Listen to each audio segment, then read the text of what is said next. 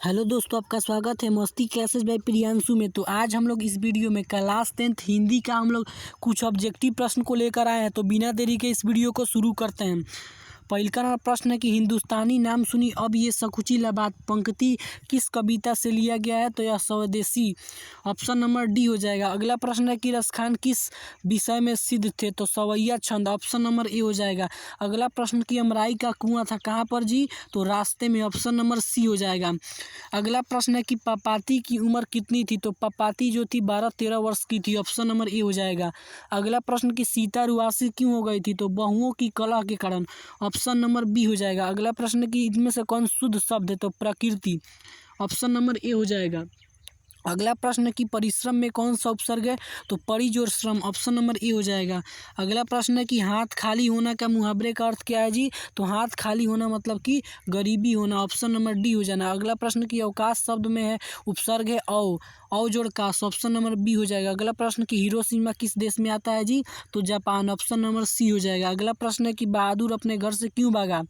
माँ के मार के कारण, ऑप्शन नंबर सी हो जाएगा। अगला प्रश्न है कि बिरजू महाराज किस शैली के कथक थे? तो बिरजू महाराज जो थे आपका कथक नर्तक थे, ऑप्शन नंबर डी हो जाएगा। अगला प्रश्न है कि अशोक वाजपेयी का जन्म 1941, ऑप्शन नंबर ए हो जाएगा। अगला प्रश्न है कि बिलनौ क्या है? तो यह एक छोटा सा गांव है, ऑप्शन नंबर बी हो जाएगा।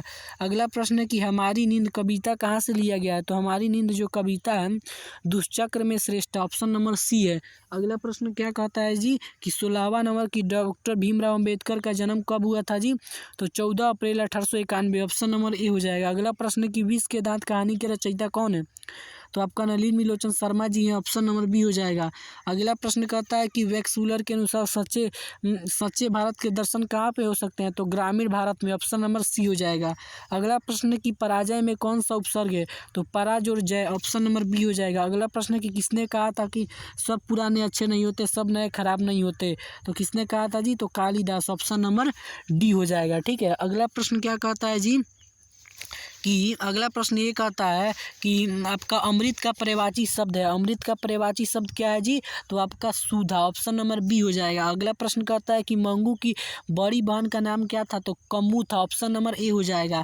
अगला प्रश्न कि सीता कोड़ी होता कथाकार है कैसे? तो सीता कोड़ी होता जो है सीता सातकोड़ी होता, यह एक उड़िया कहानी के लेखक उड़िया, ऑप्शन नंबर सी हो जाएगा। अगला प्रश्न कि कमर कसना मुहावरे का अर्थ है? तो कमर कसना मतलब कि तैयार होना, ऑप्शन नंबर बी हो जाएगा।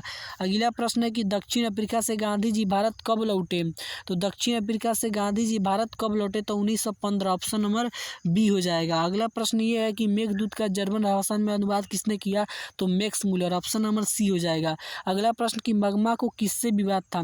तो बहुत से, ऑप्शन नंबर बी हो जाएगा। अगला प्रश्न की लक्ष्मी के पति का नाम क्या था? तो लक्ष्मण, ऑप्शन नंबर बी हो जाएगा।